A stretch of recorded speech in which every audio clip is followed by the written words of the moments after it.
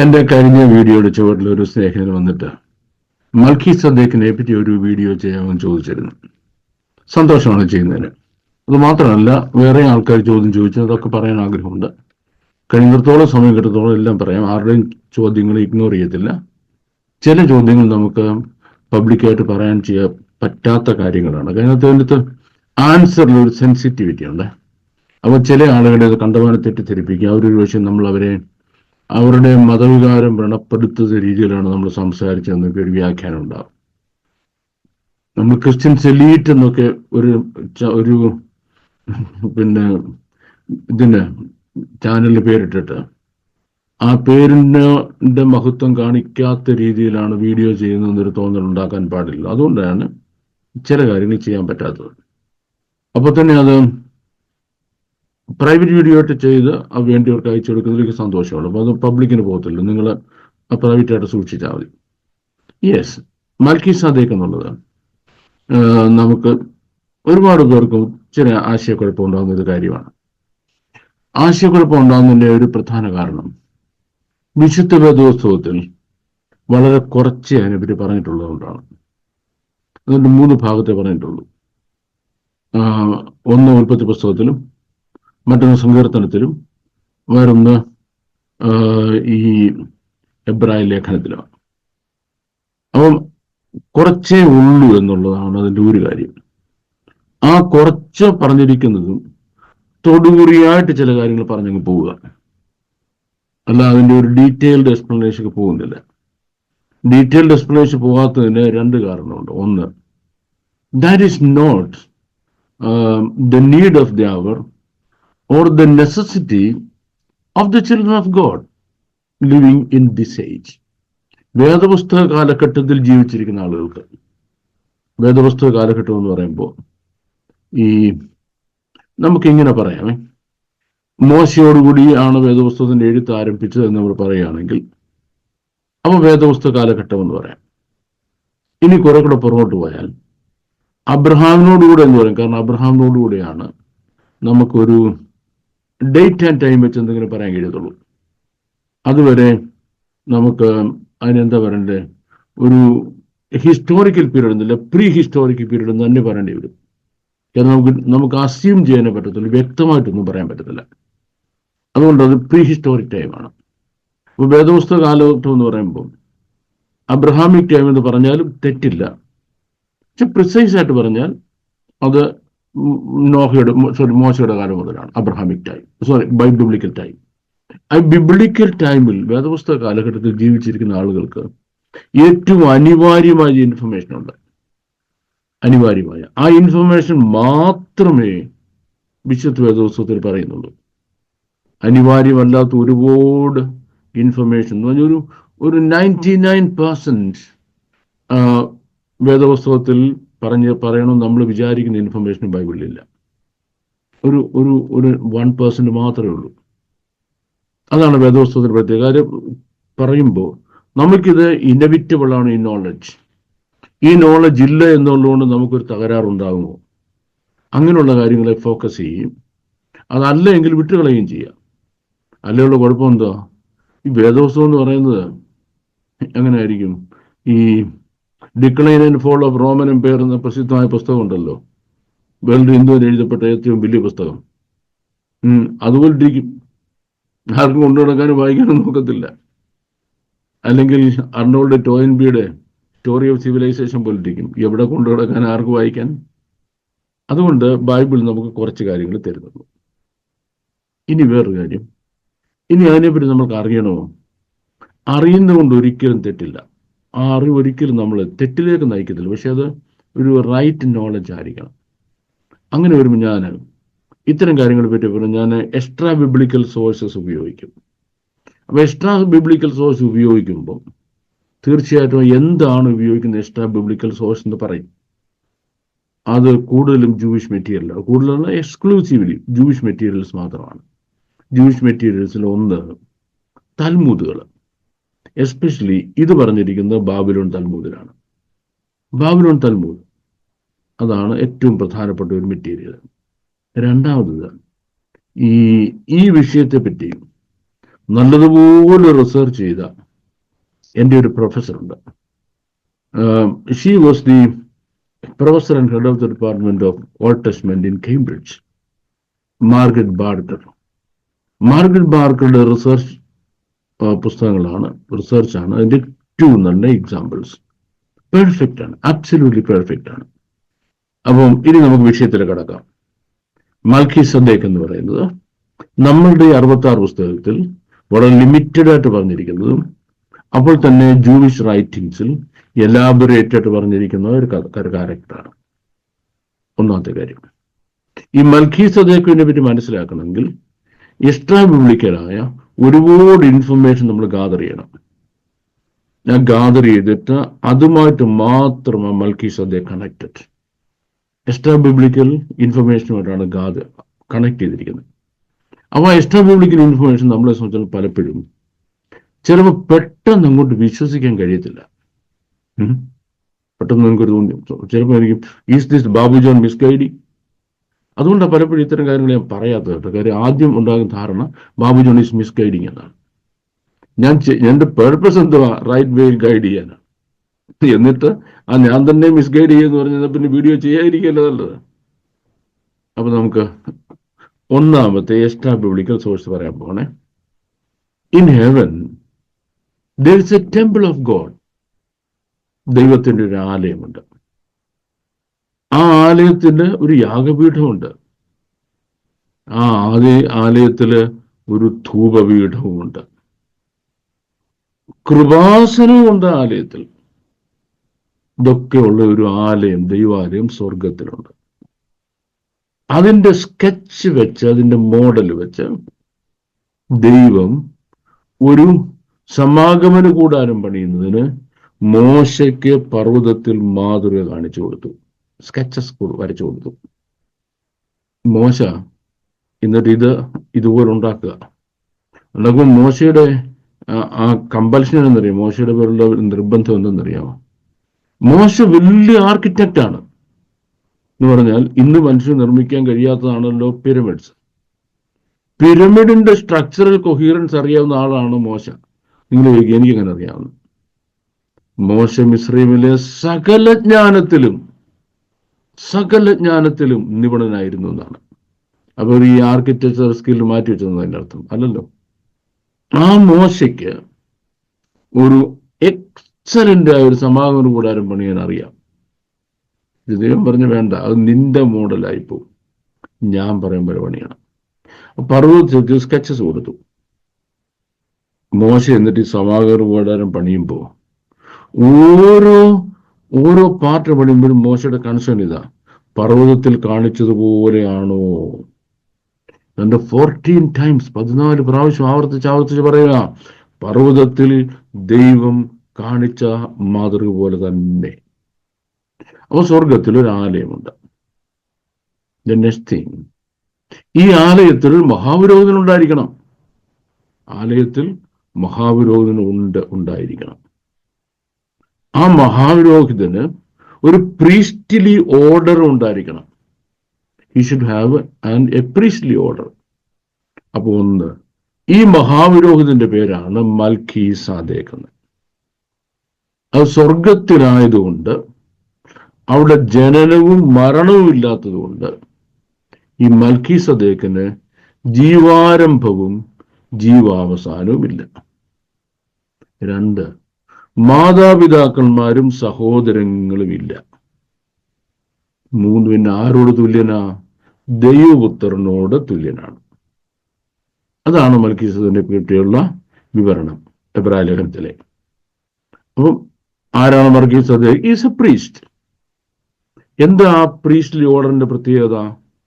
അത് മരണം കൊണ്ട് നീങ്ങിപ്പോകാത്ത പൗരോഹിത്യമാണ്. പുരോഹിതൻ മരിച്ചാൽ ആ അതിനു മുമ്പ് വേറൊരാൾക്ക് ട്രാൻസ്ഫർ ചെയ്യണം, ഇല്ലെങ്കിൽ ആ പ്രീസ്റ്റ്ലി ഓർഡർ അങ്ങ് തീരുകയാണ്. അപ്പൊ ഇവിടെയോ മരണം കൊണ്ട് നീങ്ങിപ്പോകാത്ത ഒരു പൗരോഹിത്യം. അതാണ് മൽക്കീസദേക്ക് എന്ന് പറയുന്നത്.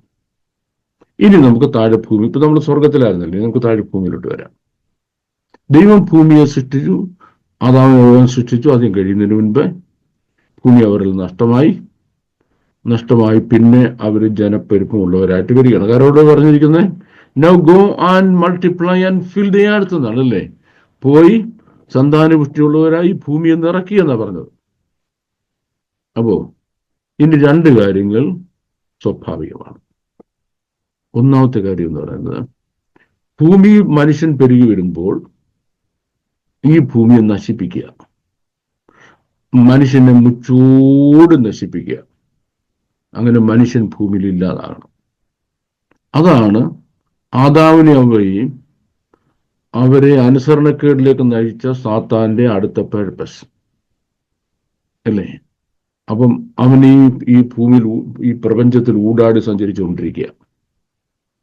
അപ്പൊ ഈ ഭൂമിയെ സാത്താൻ നശിപ്പിക്കാതിരിക്കുന്നതിന് വേണ്ടി ദൈവം ഭൂമിയെ പ്രൊട്ടക്റ്റ് ചെയ്യുന്നതിന് വേണ്ടി, ഭൂമിയെ സംരക്ഷിക്കുന്നതിന് വേണ്ടി, അല്ലെ ഭൂമിയുടെ ഭരണം നടത്തുന്നതിന് വേണ്ടി ഒരു വിഭാഗം ദൂതന്മാരെ സ്വർഗത്തിൽ നയിച്ചു. എത്ര പേരെ? 70 പേരെ. 70 റൂളിംഗ് ഏഞ്ചൽസ് ആണ്, വാഴുന്നതിന് വേണ്ടി അയച്ചു. അവരുടെ കൂടെ അവരുടെ അസിസ്റ്റൻസും പിന്നെ സെക്രട്ടറിയും മറ്റവരുടെ സെക്യൂരിറ്റി ഗാർഡൊക്കെ ഉണ്ടോന്ന് എനിക്കറിയത്തില്ല. ഇല്ലെന്ന് പറയാൻ ഒക്കത്തില്ല, ഇല്ലെന്ന് നമുക്ക് തീർത്തും പറയാൻ ഒക്കത്തില്ല. But they were the 70 people. നമുക്ക് എങ്ങനെ എടുക്കാം? നമുക്ക് 140 MLA നമ്മൾ കേരള നിയമസഭയിലേക്ക് അയക്കുന്നു അല്ലേ. അപ്പൊ അവർക്ക് MLA ക്വാർട്ടേഴ്സ് ഉണ്ട്, കാറുണ്ട്, പിന്നെ അവരുടെ അസിസ്റ്റൻസ് ഉണ്ട്. അത് MP മാർക്കാണെങ്കിൽ MP യുടെ ഓഫീസുണ്ട്, അവിടെ സ്റ്റാഫുണ്ട് അല്ലേ. ഓക്കെ, 70 പേരെ അയക്കുന്നു. ഈ ഇൻഫർമേഷൻ ഇവിടുന്ന് തൽമുദിക് ഇൻഫർമേഷനാണ്. അപ്പൊ എന്നിട്ട് ദൈവം ഭൂമിയെ 70 കോൺസ്റ്റിറ്റ്യുവൻസി ആയിട്ട് ഡിവൈഡ് ചെയ്തു. ഏതുപോലെ കേരളത്തിൽ നമുക്ക് 140 നിയോജക മണ്ഡലങ്ങളിൽ ഇതുപോലെ 70 നിയോജക മണ്ഡലങ്ങളായിട്ട് ഭൂമിയെ ഡിവൈഡ് ചെയ്യുന്നു. ഇവർക്ക് അതിന്റെ ചാർജ് കൊടുക്കുന്നു. ഇവരെ പറ്റിയാണ് വാഴ്ച കാക്കാത്ത ദൂതന്മാർ എന്ന് പറഞ്ഞിരിക്കുന്നത്. ഇവരാണ് പിൽക്കാലത്ത് മനുഷ്യ സ്ത്രീകളുമായിട്ട് ഇടകലരുന്നതും പിന്നെ ഈ നമ്മള് നെഫിലീംസ് എന്ന് പറയുന്ന വേറെ വർഗം ഉണ്ടാകുന്നത്. അപ്പോൾ ദൈവം അവരെ നീക്കിക്കളയാണ്. ആ വാഴ്ച കാക്കാത്ത ദൂതന്മാരെ അന്ധകാരത്തിന്റെ ചങ്ങലയിട്ട് ന്യായവിധിക്ക് വേണ്ടി കാത്തിരിക്കുക. അവര് വിചാരണ തടവുകാരായിട്ട് പാതാളത്തിൽ കിടക്കുക ഇപ്പം. One thing. അപ്പൊ ഇനിയും ഈ മനുഷ്യന് ദൈവബോധം ഉണ്ടാകണ്ടേ? ദൈവബോധം ഉണ്ടാകണം. കാര്യം പാപം പെരുകുന്ന ഈ ഭൂമിയിൽ പരിശുദ്ധാത്മാവിന് വളരെ പ്രയാസമാണ് ഡയറക്റ്റ് പ്രവർത്തിക്കാൻ. കാരണം പരിശുദ്ധാത്മാവാണ്, അശുദ്ധമായ ഇടങ്ങളിൽ പ്രവർത്തിക്കാൻ പറ്റത്തില്ല. അപ്പൊ ദൈവം എന്ത് ചെയ്തു? ദൈവത്തെ പറ്റി മനുഷ്യന് ബോധം ഉണ്ടാകണം, മനുഷ്യന് ദൈവബോധം ഉണ്ടാകണം. ദൈവബോധം ഉണ്ടാകുന്നതിന് വേണ്ടി ദൈവത്തെ ആരാധിക്കണം, യാഗം കഴിച്ച് ആരാധിക്കണം, ദൈവത്തോട് മനുഷ്യൻ പ്രാർത്ഥിക്കണം. ഇത്തരം കാര്യങ്ങൾക്കൊക്കെ മനുഷ്യനെ സഹായിക്കുന്നതിന് വേണ്ടി സ്വർഗത്തിലെ ഈ ആലയത്തിലെ പുരോഹിതനായിരുന്ന മൽക്കീസദേക്കിനെ ഈ ഭൂമിയിലേക്ക് അയച്ചു.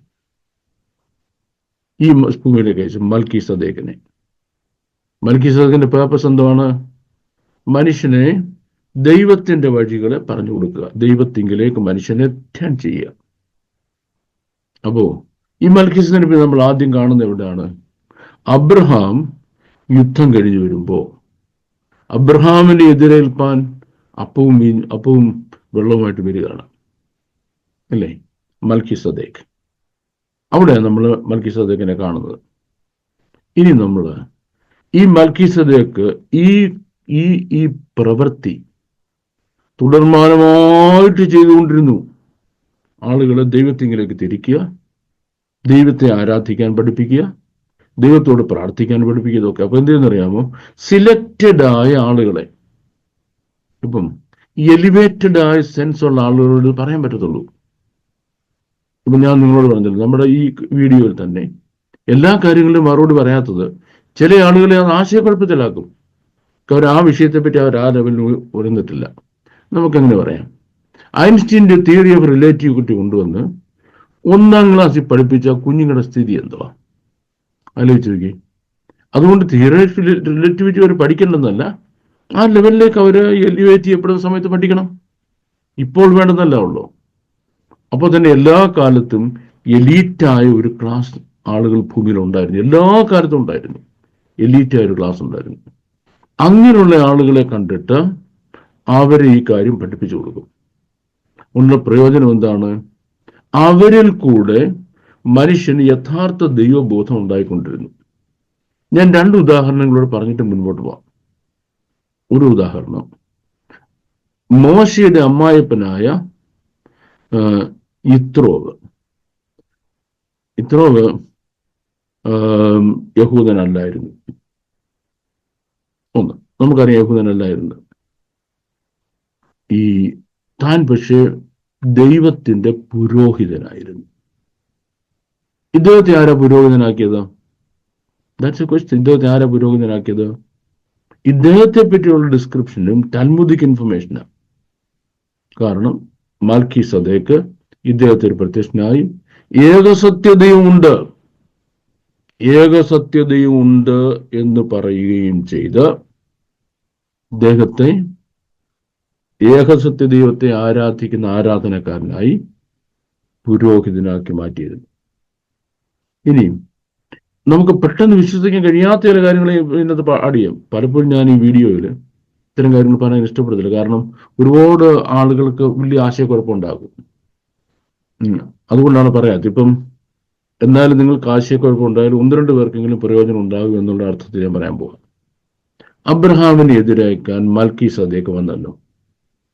അബ്രഹാം ഈ പുള്ളി കണ്ടോടാ, ഇതേത് കഥാപാത്രം വരുന്നത് ഇപ്പം, എന്തൊന്നും ഒരു പിടിയും കിട്ടുന്നല്ലോ എന്ന് കണ്ട് അബ്രഹാം അത്ഭുതപ്പെടുന്നില്ല, ഞെട്ടുന്നില്ല.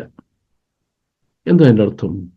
അബ്രഹാമിന് പരിചയമില്ലാത്ത കഥാപാത്രമല്ല മൽക്കീസദേക്ക്.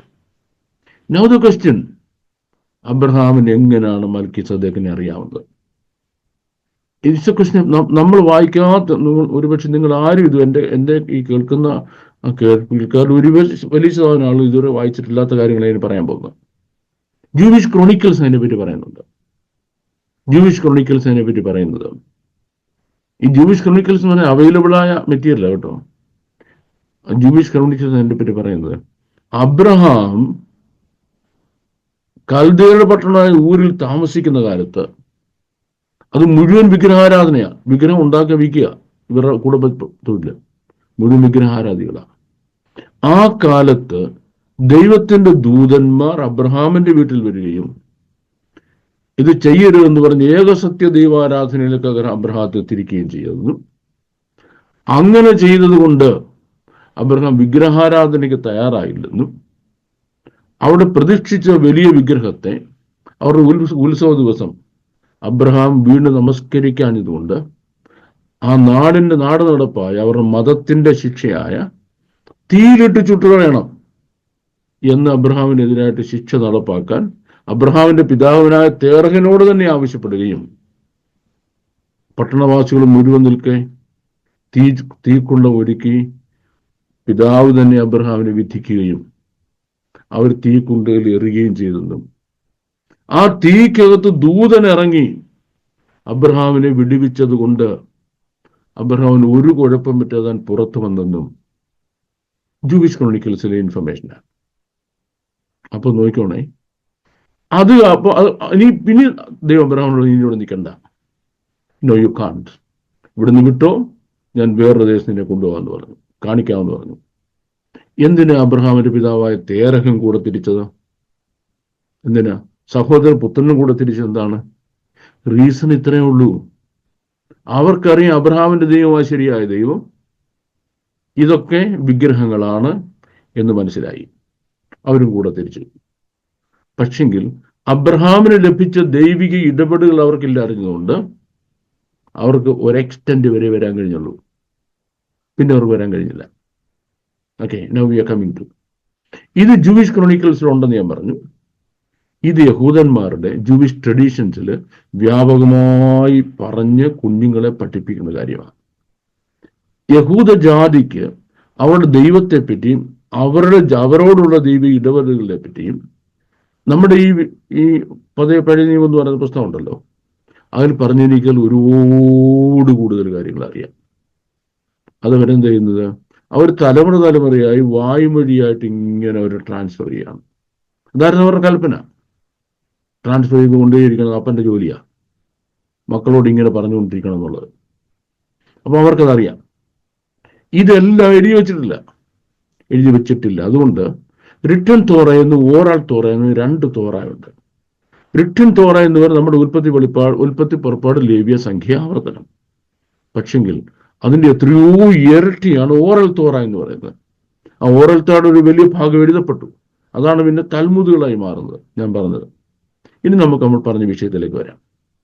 അപ്പോ നിങ്ങൾക്കറിയാമല്ലോ, ബാബിലോണിൽ വെച്ച് ഷാഡ്രക്, മേശക്, അബേദ്നെഗോ എന്ന് പറയുന്ന ഈ ചെറുപ്പക്കാര് തീ കത്തരാൻ പറഞ്ഞു, ഇട്ടോളാൻ പറഞ്ഞു. You don't fear. ഏത് ബേസിൽ? അവർക്കറിയാം അവരുടെ പിതാവായ അബ്രഹാമിനെ അഗ്നിജ്വാലയിൽ ഇറങ്ങി വന്ന് ദൈവം പിടിവെച്ചു. ആ ദൈവം റിട്ടയർ ആയിട്ടില്ല, മരിച്ചു പോയിട്ടില്ല, ഇപ്പോഴും ഉണ്ട്. രക്ഷിപ്പാൻ കഴിയാതെ ദൈവത്തിന്റെ കൈ കുറുകിപ്പോയിട്ടില്ല, കേൾക്കാൻ കഴിയാതെ വണ്ണം മന്ദമായിട്ടുമില്ലെന്ന് പ്രവാചകനായ യെശയ്യാവ് എഴുതി വെച്ചത് അറിയാവുന്ന പിള്ളേരായി പിള്ളേര്. യെസ്. അപ്പൊ നമ്മുടെ വിഷയം മൽക്കീസദേക്കാണ്. അപ്പം മൽക്കീസദേക്ക് എന്ന് പറഞ്ഞൊരു ഫെമിലിയർ ക്യാരക്ടറാണ് ഞാൻ പറഞ്ഞത്. ഇങ്ങനെ പ്രത്യക്ഷമായി ജനത്തെ ദൈവാരാധനയിലേക്ക് തിരിച്ചുകൊണ്ടിരുന്നു. ഇനി നമുക്ക് കുറെ കഴിഞ്ഞുകൊണ്ട് വരുന്നുണ്ടേ, വേറൊരു കഥാപാത്രത്തെ കാണുന്നുണ്ട്. ഇയാളുടെ പേര് ഈ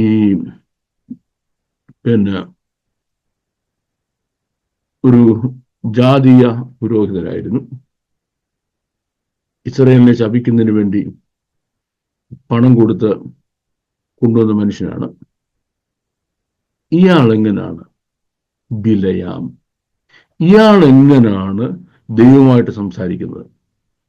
ഇയാളോട് ദൈവം ഇങ്ങനെ സംസാരിക്കുന്നത്? ഇയാളെ ദൈവത്തിന്റെ പുരോഹിതനാണ്, അപ്പൊ തന്നെ ഇടത്തുള്ള പരിപാടിയും കയ്യിലുണ്ട്. ഇയാൾക്കും ഇതുപോലെ മൽക്കീസദേക്കിന്റെ വിസിറ്റേഷൻ ഉണ്ടായിരുന്ന ആളാണ്. ഈ റീസെന്റ് ടൈം പോലും ഈ ജൂയിഷ് ക്രോണിക്കിൾസിന്റെ ഒരു ആർട്ടിക്കിളില് ഇദ്ദേഹത്തെ ഒരു റൈറ്റിംഗ് ഉണ്ടായിരുന്നു. ഈ ബിലിയാമിനെ പറ്റി ഒരു റൈറ്റിംഗ് ഉണ്ടായിരുന്നു. അവർ പറഞ്ഞ സ്പെസിഫിക് ആയിട്ട് ഇതാണ്. അപ്പൊ ഞാൻ ഈ പറയുന്ന കാര്യങ്ങളും നിങ്ങൾ വിശ്വസിക്കണമെന്നോ അല്ലെങ്കിൽ ഇതെന്റെ ബൈബിൾ സ്റ്റഡിയുടെ ഭാഗമായിട്ടാണ് പറയല്ല കേട്ടോ, പ്രത്യേകം ഓർത്തോണേ. ഇതെന്റെ ബൈബിൾ സ്റ്റഡിയുടെ ഭാഗവുമല്ല, നിങ്ങളെ വിശ്വസിപ്പിക്കാൻ പറയല്ല. പക്ഷെ ഇതൊക്കെയാണ് യഹൂദന്മാർ മനസ്സിലാക്കിയിരിക്കുന്നുള്ളതാണ്. യഹൂദന്മാര് നമ്മുടെ റിട്ടൺ തോറയ്ക്ക് പുറത്ത് അവരുടെ ദൈവത്തെ പറ്റി, അവരുടെ ദൈവ പ്രവർത്തനങ്ങളെ പറ്റിയും മനസ്സിലാക്കിയതിന് കാര്യങ്ങൾ ഇതൊക്കെയാണെന്ന് ഞാൻ പറയാൻ ഉദ്ദേശിക്കുന്ന കാര്യം. അപ്പോൾ നോക്കിക്കോണേ. അപ്പം ഈ മൽക്കീസദേക്ക് ഇങ്ങനെ തന്റെ പൗരോഹിത്യ ശുശ്രൂഷ ഭൂമിയിൽ നടത്തിക്കൊണ്ടേയിരിക്കുന്ന സമയത്താണ് എന്തു ചെയ്യുന്നത്? സ്വർഗസ്ഥനായ ദൈവം മോശയോട് പറയുന്നു, നീ അഹ്റോനെയും സന്തതിയെയും വേർതിരിച്ച് എന്റെ ശുശ്രൂഷക്കാരായി വെക്കാൻ. അപ്പൊ നമുക്ക് ഭൂമിയിൽ 2ാമത്തെ ഓർഡർ ഓഫ് പ്രീസ്റ്റ്ഹുഡ് തുടങ്ങി. അതിന് ആരോനിക് പ്രീസ്റ്റ്ഹുഡ് അല്ലെ അഹ്റോന്യ പൗരോഹിത്യം എന്ന് പറയും. ഈ അഹ്റോന്റെ പൗരോഹിത്യത്തിന്റെ പ്രത്യേകം നീങ്ങിപ്പോകുന്ന പൗരോഹിത്യം, മറ്റേ നീങ്ങാത്ത പൗരോഹിത്യമാണ്.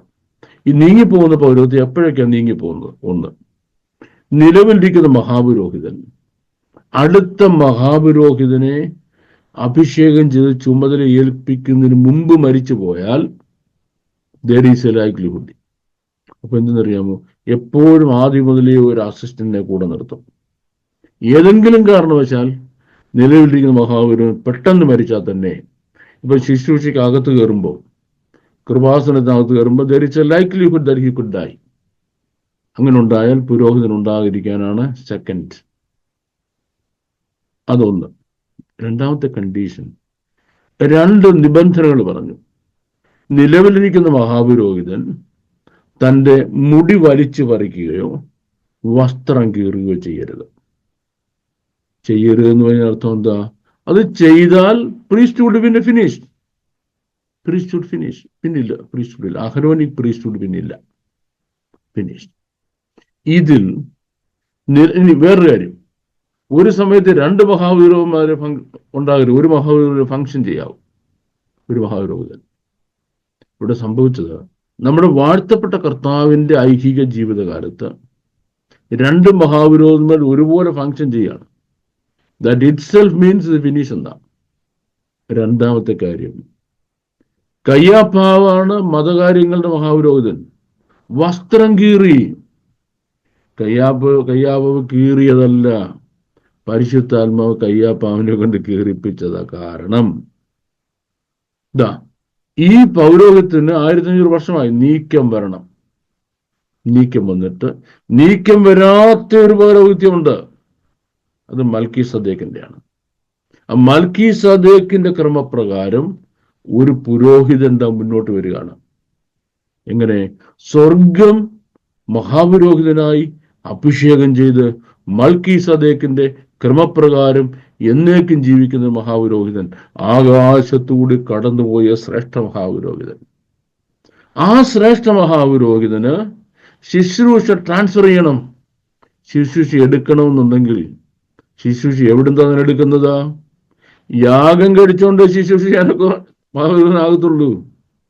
താന് ആട്ടുകൊറ്റന്മാരുടെയും കാളുകളുടെയും രക്തത്താലല്ല, സ്വന്തം രക്തത്താൽ തന്നെ ജനത്തെ ശുദ്ധീകരിക്കേണ്ടതിന് നഗരവാതിലിന് പുറത്ത് വെച്ച് കഷ്ടം അനുഭവിച്ചിട്ട് കാൽവരിയിലെ ക്രൂശിൽ പരമയാഗമായി തീർന്നു. അവിടെ യേശുക്രിസ്തുവിന്റെ പൗരോഹിത്യ ശുശ്രൂഷ ആരംഭിക്കുന്നത്. അത് ആരംഭിക്കുന്നതിന് മുൻപ് അഹരോന്യ പൗരോഹിത്യം കീറിപ്പോവുകയും ചെയ്തു. അപ്പൊ എന്ത് ചെയ്തു? ഇപ്പോ ഒരു മഹാപുരോഹിതനുണ്ട്, അത് നമ്മുടെ വാഴ്ത്തപ്പെട്ട കർത്താവാണ്.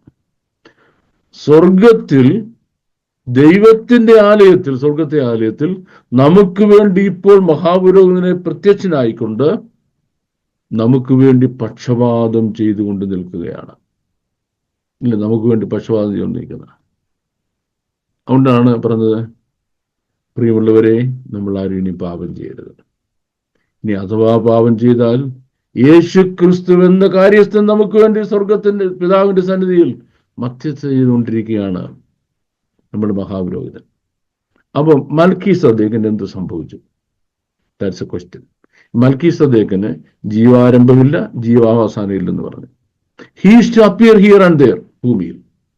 അഹരോന്യ പൗരോഹിതൻ നിലവിൽ വന്ന ശേഷം മൽക്കീസദേക്കിനെ പിന്നെ ആരും കണ്ടിട്ടില്ല. ഇവൻ ബാക്ക്. അതിനുശേഷം ഇപ്പോ നൗ സ്വർഗത്തിൽ ആരായി ശുശ്രൂഷ ചെയ്യുന്നത്? പൗരോഹിത്യം ശുശ്രൂഷ ചെയ്യുന്നത് നമ്മുടെ വാഴ്ത്തപ്പെട്ട കർത്താവ്. നമ്മുടെ വാഴ്ത്തപ്പെട്ട കർത്താവ് മൽക്കീസദേക്കിന്റെ ക്രമപ്രകാരം ശുശ്രൂഷ ആരംഭിച്ചതുകൊണ്ട് മൽക്കീസദേക്ക് താൻ തന്നെ ആ ശുശ്രൂഷ ചെയ്യുന്നില്ല. പിന്നെന്ത് ചെയ്യുന്നു? കഷ്ടാനുഭവങ്ങളാൽ തന്നെ തികഞ്ഞവനാക്കി തീർത്ത നമ്മുടെ വാഴ്ത്തപ്പെട്ട കർത്താവ് മരണത്തെയും പാതാളത്തെയും ജയിച്ച് ഉയർത്തെഴുന്നേറ്റപ്പോ സകലത്തെയും തന്റെ കാൽ കീഴാക്കി. അങ്ങനാണെങ്കിൽ സകലത്തെയും കാൽ കീഴാക്കി കൊടുത്ത പിതാവ് ഒഴികെ സകലതയും ഇപ്പോൾ നമ്മുടെ വാഴ്ത്തപ്പെട്ട കർത്താവിന്റെ കാൽ കീഴിലാണ്. ഇപ്പം മൽക്കീസദേക്ക് അവിടെ പോയി. മൽക്കീസദേക്കും നമ്മുടെ വാഴ്ത്തപ്പെട്ട കർത്താവിന് കീഴ്പ്പെട്ടിരിക്കുന്നു. മൽക്കീസദേക്കും നമ്മുടെ വാഴ്ത്തപ്പെട്ട കർത്താവിന് കീഴ്പ്പെട്ടിരിക്കുന്നു. Now the question, is he dead? No, കാരണം മരണമില്ല. Can we see him? The question is the next. Definitely. നമ്മൾ സ്വർഗത്തിൽ ചെല്ലുമ്പോൾ പിതാവായ ദൈവത്തെ നമ്മൾ സിംഹാസനത്തിലിരിക്കുന്നത് കാണുന്നു. സിംഹാസനത്തോട് ചേർന്ന് പുത്രനായ ദൈവം അറക്കപ്പെട്ട കുഞ്ഞാടിനെ കാണുന്നു. സിംഹാസന ചുറ്റും 7 ദീപങ്ങളായി ജ്വലിച്ചുകൊണ്ടിരിക്കുന്ന പരിശുദ്ധാത്മാവിനെ കാണുന്നു. തീർച്ചയായിട്ടും ആരെയും കാണും? മൽക്കീസദേക്കിനെയും കാണും. ഇനി മൽക്കി മീൻസ് മൈ കിങ് എന്നാണ്. സാദേക്ക് എന്ന് പറഞ്ഞാൽ റൈച്ചസ്നസ് എന്നാണ്.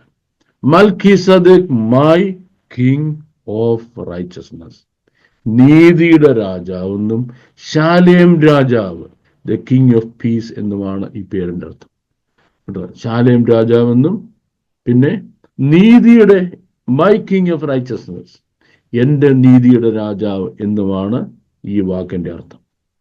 മൽക്കീസദേക്കിനെ പറ്റി ഒരു മിനിമം ഇൻഫർമേഷൻ ഞാൻ തന്നത്. അത് മുഴുവൻ കാര്യങ്ങളും കവർ ചെയ്യുന്നുണ്ട്. നമ്മൾക്കറിയേണ്ട മുഴുവൻ കാര്യങ്ങൾ കവർ ചെയ്യുന്നുണ്ട്. ഈ എക്സ്ട്രാ ബിബ്ലിക്കൽ മെറ്റീരിയൽ ഒക്കെ തപ്പിപ്പോകുമ്പോഴും മൽക്കീസദേക്കിനെ പറ്റി ഇതിൽ കൂടുതൽ ടൽമൂദുകളിലോ അല്ലെങ്കിൽ ജൂവിഷ് ക്രോണിക്കൽസിലോ അല്ലെങ്കിൽ മാർഗരറ്റ് താച്ചറിന്റെ പുസ്തകങ്ങളിലോ പറഞ്ഞിട്ടില്ല. അപ്പം അത്രയും എനിക്കും അതുകൊണ്ട് അറിയത്തുള്ളൂ. I think this information will help you. May the Lord bless all of you abundantly, exceedingly. നിങ്ങൾക്ക് വീണ്ടും വീണ്ടും ചോദ്യങ്ങൾ ചോദിക്കാനുള്ള അവസരമുണ്ട്. പറഞ്ഞില്ലേ, ചില സെൻസിറ്റീവ് ആണെങ്കിൽ പ്രൈവറ്റ് വീഡിയോ ഇടാം, അല്ലെങ്കിൽ നിങ്ങൾ വിളിച്ചു പറയാം. ഇനിയും കഴിയുന്നത്തോളം കാര്യങ്ങൾ ഓപ്പൺ വീഡിയോയിൽ ഇടാൻ ശ്രമിക്കാം. ദൈവം നിങ്ങൾ എല്ലാവരും അനുഗ്രഹിക്കുമാറാകട്ടെ. എൻ്റെ ഫോൺ നമ്പർ കഴിഞ്ഞ വീഡിയോയിൽ ഉണ്ടായിരുന്നല്ലോ, അത് നോക്കിയാൽ നിങ്ങൾക്ക് വിളിക്കണമെന്നുണ്ടെങ്കിൽ വിളിക്കാം. May the Lord bless all of you abundantly, exceedingly. Thank you very much. Bye.